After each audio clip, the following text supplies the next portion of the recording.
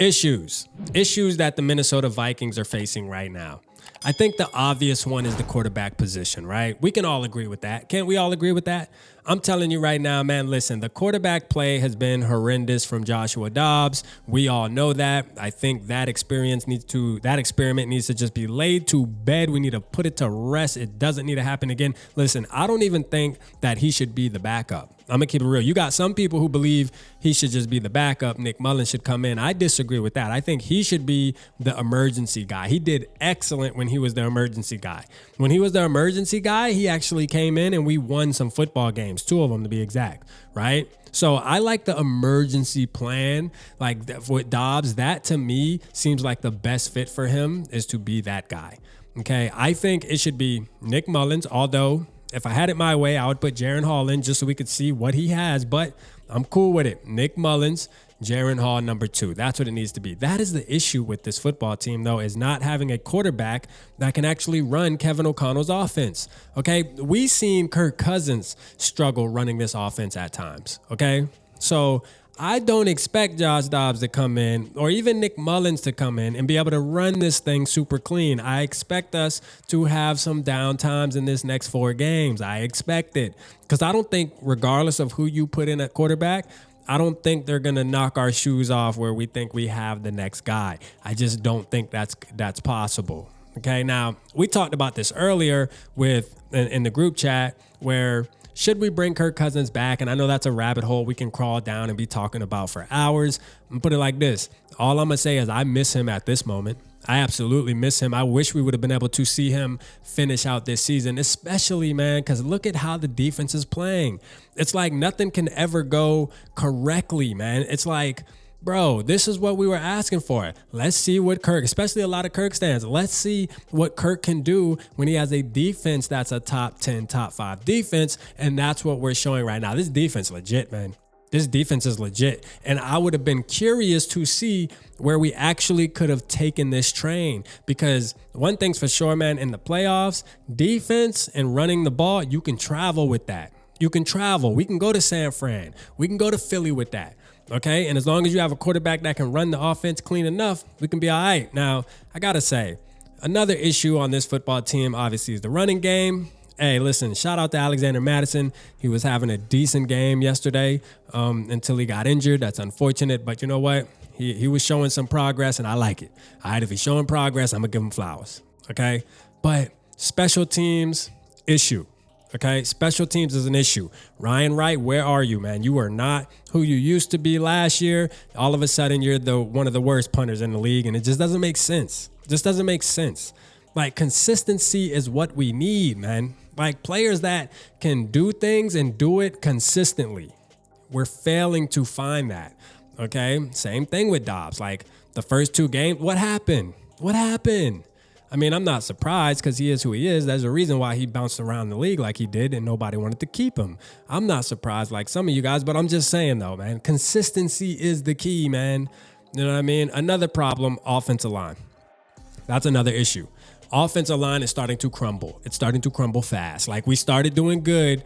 We were doing really good, bringing our offensive line up to top 4, top 5. It was amazing. Thinking about it as a Vikings fan, I was like, damn, when have we ever had a top 5 offensive line? Top 10. You know what I'm saying? Like, it's been a while. It's been a while. You know what I mean? So to see that this year, and now we're seeing the defense, like, there's a lot of good things happening, and it's just unfortunate that the quarterback has to be the main issue now because we had a guy that was known as the Iron Man. Never got hurt, was always available. That was one of his best attributes, was to always be available to his football team on Sundays, Mondays, and Thursdays, and now that went out the door.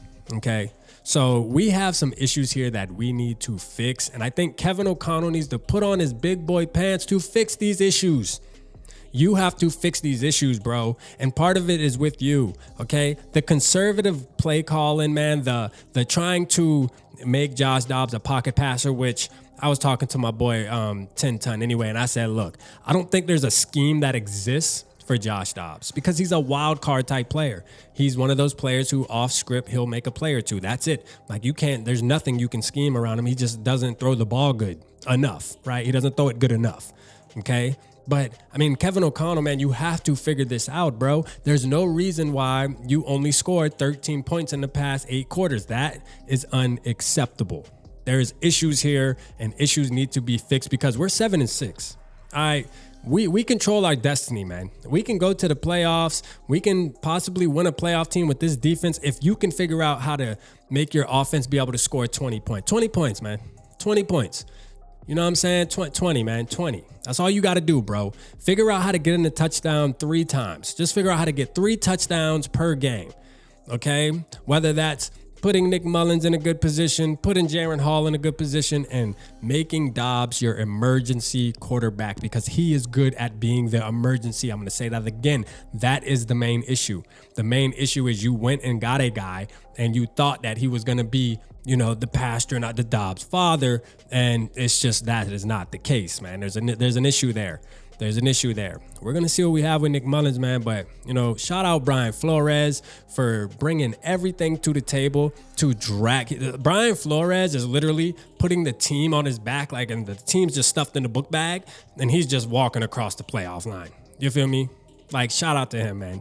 He deserves all the flowers right now. And Kevin O'Connell, man, you should be paying for that man's lunch, dinner, breakfast for the next month at least until the season's over, bro. You should be cherishing that guy.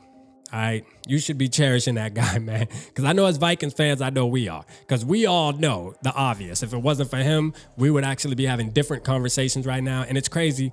We're winning. We won. But yet we still feel like there's issues and we still feel like this team isn't good enough. Right? Usually when your team's winning and, you know, you're 7-6, you got more wins than losses, usually on a happy train and talking about how your team's a contender, right? But we don't feel like contenders, man, because there's issues beneath, man, underlying issues, you feel me, that we need to fix.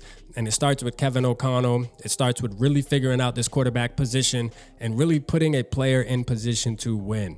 And with Kevin O'Connell's offense, we seen yesterday, and I'm going to say this and we'll get up out of here, but I do got to announce the winner of the knife set for sure, man. I got to announce that. But the issue is Kevin O'Connell's offense really caters to a guy like Nick Mullins more than it does a Joshua Dobbs because he can't help it. His offense is his offense, and that's just what it is. If it was the Ravens, it would be different because you can run RPOs and stuff with Dobbs and use his skill set. But this offense doesn't have that option. So you need a guy who can sit in there, take a hit and throw. And we seen Nick Mullins do it a couple times yesterday and actually put us in position to win this game by a field goal. So shout out to him. All right. But the winner of the knife set, man, when we appreciate everybody that donated on my channel, donated on Dave's channel, Purple and Gold for Days. And we got the winner. I'm going to put it right here so y'all know I spent the wheel. And it's the boy Norse, man. Shout out my guy, man. Appreciate Norse, man. Norse bought me a flag, bought Day a flag, man. Norse is such a big contributor to this community, the Purple Gang, man. So, hey, I couldn't be any happier that you won this, man. Hey, listen, you know what to do. Get us your address so we can ship this off to you, man. Hey, listen, hit the like button. Drop down in the comments what you think the biggest issue is for the Minnesota Vikings right now. What do we need to do to fix this so that we can actually start winning games convincingly, not barely? Because, again, Kevin O'Connell averages winning games by 3 points in the past 23 games. Unacceptable, dog. Appreciate y'all tapping in. Holla at your boy.